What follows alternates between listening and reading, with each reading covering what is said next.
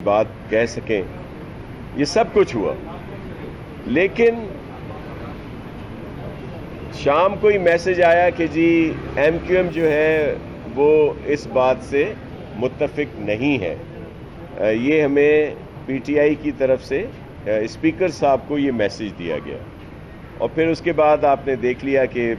جب chief minister صاحب کی اسپیچ تھی تو کس طرح کا رویہ یہاں پہ رکھا گیا، اور پھر اس کے بعد بھی جب دوسرے دنوں میں بھی آ کر جب ٹریجری بینچ سے کوئی اسپیچ ہوتی تھی تو اس وقت شور کیا جاتا تھا، لیکن ہماری طرف سے ہم نے سب کی تقاریر سن رہے تھے جن جن کے لیے کہا گیا، اور ایم کیو ایم کی طرف سے ان کے پارلیمانی لیڈر صاحب نے اسپیچ ضرور کی، لیکن باقی دوست جو تھے وہ اسپیچ نہیں کر رہے تھے، اور ایک قسم کا انہوں نے بائیکاٹ بھی کیا ہوا تھا، لیکن پھر آ بھی رہے تھے، اور پھر آپ نے دیکھا کچھ دنوں سے جس طرح وہ ڈسٹرب کر رہے تھے اسمبلی کو۔ تو آج اسپیکر صاحب نے، بلکہ اس سے پہلے چیف منسٹر صاحب نے بھی میٹنگ کی ان سے، ہمارے جو ایم کیو ایم کے دوست ہیں، کہ ایک طریقہ کار ہے، آپ بالکل اپنی اسپیچز کریں اور جو کچھ آپ نے کہنا ہے وہ کہیں، اور انہی کے کہنے پہ دن بھی بڑھائے گئے، لیکن انہوں نے اس میں پراپر طریقے سے حصہ نہیں لیا، اور پھر یہ شور و غل ڈسٹربنس جاری رہی۔ آج اسپیکر صاحب نے کچھ عرصے کے لیے ایڈجرن بھی کیا سیشن کو کہ آپ آپس میں صلاح مشورہ کر لیں۔ انہوں نے کہا بھی کہ یہ بہتر طریقہ نہیں ہے، اگر آپ اس طرح کریں گے تو پھر ہمیں جس وجہ سے یہ دن بڑھائے گئے ہیں اور ڈیبیٹ ہو رہی ہے، اسپیچز ہو رہی ہیں، تو پھر وہ نہیں ہوں گی، اور پھر بجٹ پاس کر دیا جائے گا۔ انہوں نے وقفہ بھی دیا کہ آپ آپس میں مشورہ کر لیں۔ ہماری طرف سے بھی بات کی گئی، آپ کے کچھ دوست دیکھ رہے ہوں گے، تو میں خود بھی گیا، ان کو ریکویسٹ کی کہ آپ ایک پروسیس کو چلنے دیں، آپ نے جو کچھ کہنا ہے آپ کہیں، اور ظاہر ہے جواب آپ نے سننا ہے ہماری طرف سے بھی، کہ جو مختلف منسٹرز نے اپنے اپنے ڈپارٹمنٹ کے لیے آپ کے سوالات کے جواب دینے ہیں۔ ہم نے دوسری چیزیں جو بتانی ہیں اپنی جگہ پہ، لیکن جو آپ نے ریز کیے ہیں اپوزیشن کی طرف سے، جو ریز ہوئے ہیں، ان کے ہم نے جواب دینے ہیں۔ تو انہوں نے وہ بات نہیں مانی۔ پھر میری لیڈر آف دا اپوزیشن سے بھی ریکویسٹ کی میں نے کہ آپ انہیں سمجھائیں، انہوں نے بھی اٹھ کر بات کی تھی، لیکن اب یہ آپس میں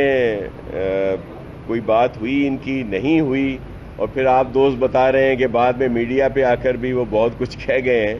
تو کوئی ایسا نہیں ہے، سلسلہ ہوگا، بجٹ انشاءاللہ اللہ کی مہربانی سے کل پاس ہوگا، لیکن ہم صرف آپ کے توسط سے سب کو یہ بات بتانا چاہ رہے ہیں، جو ظاہر میڈیا کی طرف سے بھی گئی ہوگی، کہ ہماری طرف سے مکمل طور پر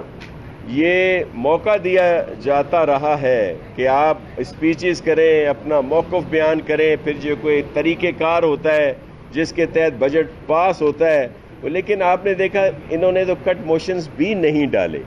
اس دفعہ، ہمیشہ سینکڑوں کی تعداد میں ہوتے ہیں، لیکن آپ اس دفعہ اس بات کا اندازہ لگا سکتے ہیں۔ تو ابھی انشاءاللہ کل بجٹ ہوگا، اور جس طرح اسپیکر صاحب نے کہا ہے، اور اس کو پاس کرا لیا جائے۔ ایسے قاعدے حزب اختلاف پہلی بجٹ اسپیچ ہو رہی ہے، کچھ لوگوں کا کہنا ہے کہ ایم کیو اس کے ساتھ اسے چھوڑ کر گئی ہے، اور وہ جو ممبران اٹھتے ہیں وہ شور کرتے ہیں، اور اس دفعہ بھی شاید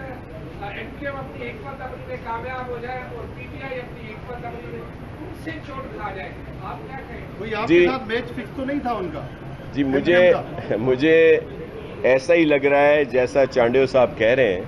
کیونکہ ہم نے بھی ریکویسٹ کی ایم کیو ایم کے دوستوں کو، اور لیڈر آف دا اپوزیشن نے بھی اٹھ کر یہ کہا آن دا فلور آف ہاؤس کہ آپ اس طریقہ کار کو نہ کریں اور بہتر طریقے سے ہونے دیں، اسپیچز ہم بھی کریں اور ٹریجری بینچز سے بھی آئیں، لیکن انہوں نے اس بات کو نہیں مانا۔ اب یہ اپوزیشن پر منحصر ہے کہ وہ کیا کرتی ہیں۔ اصل میں بہت سارے ایشوز ہیں جن کی وجہ سے ایم کیو ایم اس طرح کی باتیں کر رہے ہیں اور الزامات لگا رہے ہیں۔ ہم تو چاہتے تھے کہ جو الزام انہوں نے لگائے ہیں فلور آف دا ہاؤس پہ یا آپ دوستوں کے سامنے وہ سب کو ہم سامنے لائیں کہ اس دفعہ کا بجٹ جو ہے پاکستان پیپلز پارٹی نے اپنے چیئرمین بلاول بھٹو زرداری صاحب کے ویژن، ان کے احکامات پر ان کی جو سجیشنز تھیں ان کو سامنے رکھتے ہوئے چیف منسٹر سندھ مراد علی شاہ صاحب یا ان کی پوری ٹیم نے بنایا ہے اس طرح کے حالات میں بھی کہ جب سندھ کی کاٹ کی جا رہی ہو، جو پیسے ہمیں ملنے ہیں وہ ہمیں نہ دیے جا رہے ہوں، گزشتہ سال ہمیں % کم ملے، آج کی ڈیٹ میں رواں مالی سال جو ہے اس میں بھی 80 ارب سے زیادہ ہمیں کم ملے ہوئے ہیں، اور جو ہمیں ایلوکیشنز دی گئی ہیں 2021 اور 22 کے لیے وہ بھی کوئی اتنی بڑی ہمیں نہیں دیا گیا فگر، اس کے باوجود ہم نے ایک بہت بہتر بجٹ دیا جس میں تنخواہیں بھی بڑھائی گئیں، پینشنز میں بھی اضافہ کیا گیا، اور پھر کوئی بھی ایسی تحصیل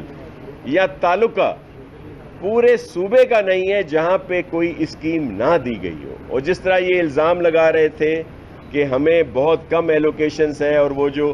مگر مچھ کے آنسو بہائے جاتے ہیں کہ جی کراچی کے ساتھ سوتیلی ماں کا سلوک ہوتا ہے، یہاں تو پیسے نہیں دیے جاتے، تو چیف منسٹر صاحب نے اپنی بجٹ اسپیچ میں وضاحت کی تھی کہ اس دفعہ اگر صرف آپ کراچی کی بات کرتے ہیں تو 991 ارب روپے کی اسکیمیں ہیں جو ریفلیکٹ کر رہی ہیں، اور جو ایلوکیشن ہے صرف اس سال کی رواں جو ہمارا بھی آئے گا 2021 اور 22 میں وہ 91 ارب سے زیادہ ہے، اور اس کے علاوہ دیگر اسکیمیں اور ہیں۔ تو اب یہ باتیں جو ہیں اب ان کے پاس، کیونکہ آج آپ سب کو بھی علم ہے کہ یہ جو ایک پارٹی ہے جو آج بڑے نعرے لگا رہی تھی اور اس طرح کی باتیں کر رہی تھی، اس کی اس وقت پریزنٹیشن کتنی ہے اسمبلی کے اندر، اور اگر یہ جو کراچی کے دعوے دار ہیں یہ 3 ڈسٹرکٹ میں تو ہے ہی نہیں، ان کا ایک ایم پی اے ساؤتھ میں نہیں ہے، ان کا ایک ایم پی اے جو ہے ملیر میں نہیں ہے، ان کا ایک ایم پی اے جو ہے ایسٹ میں نہیں ہے، اور پھر یہ دعویٰ کرتے ہیں کہ جی کراچی کی آنرشپ کا۔ ان کو لوگوں نے ان کی ان حرکات کی وجہ سے دھتکار دیا، جو ہمیشہ پھر یہ لسانیت کا بیج بو رہے ہیں، یہ پھر دوبارہ صوبے کا راگ الاپتے ہیں، وہ جو اس کی جنوبی صوبے کی بات کر کے پھر جنا پور کی بات لے آتے ہیں۔ اس پر یہاں کے اردو بولنے والے میرے بہنوں نے، میرے بھائیوں نے، میرے بزرگوں نے، میرے جوانوں نے ان کو ریجیکٹ کر دیا۔ آپ یہ فگرز ہیں آپ کے پاس کہ کراچی کے ان اضلاع میں ان کی ایک ایم پی اے کی سیٹ نہیں ہے، اور یہ مینڈیٹ کا دعویٰ کرتے ہیں۔ یہ ان کی اس نفرت بھری سیاست پہ ان کو لوگوں نے دھتکار دیا، ریجیکٹ کر دیا ان کو کراچی کے لوگوں نے، اور اب یہ ہم پر الزام لگاتے ہیں کہ جی یہ معاشی قتل کرتے ہیں کراچی کے لوگ۔ انہوں نے تو فزیکل قتل کیے ہیں، لوگ بھول گئے ہیں، بوری بند لاشیں، بتے جلاؤ گھیراؤ، فیکٹریوں میں بھتہ نہ ملنے کی وجہ سے لوگوں کو زندہ جلا دینا، یہ بھول گئے ہیں جو انہوں نے ہولی کھیلی تھی 12 تاریخ کو خون کی، 12 مئی کو۔ اب یہ کیا، یہ صرف ڈرامہ کر رہے ہیں؟ اور ہم نے تو سوچا تھا کہ جب انہوں نے کہا کہ ہم یہ ساری چیزیں اس قائد کی وجہ سے کرتے تھے، آج ہم نے اس سے لا تعلقی کر دی، ہم نے انہیں ویلکم کیا۔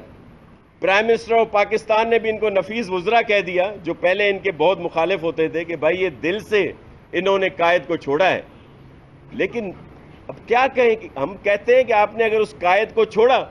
جس کے لیے آپ خود کہتے ہیں کہ وہ پاکستان کا دشمن تھا، جس کے لیے آپ خود کہتے ہیں کہ کراچی کی تباہی کا ذمہ دار وہ تھا، تو آپ اس کی سوچ کو بھی چھوڑیں کہ جس سوچ کے تحت وہ صوبے کی بات کرتا تھا، جس